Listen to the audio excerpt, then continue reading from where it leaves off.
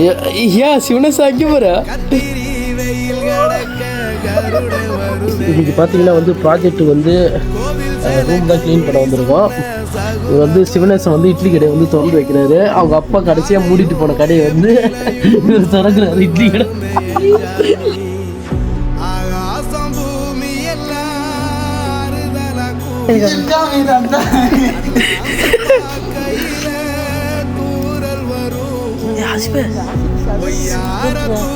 ஐயா சிவனேசா இட்லி கடை எப்போ திறப்பீங்க?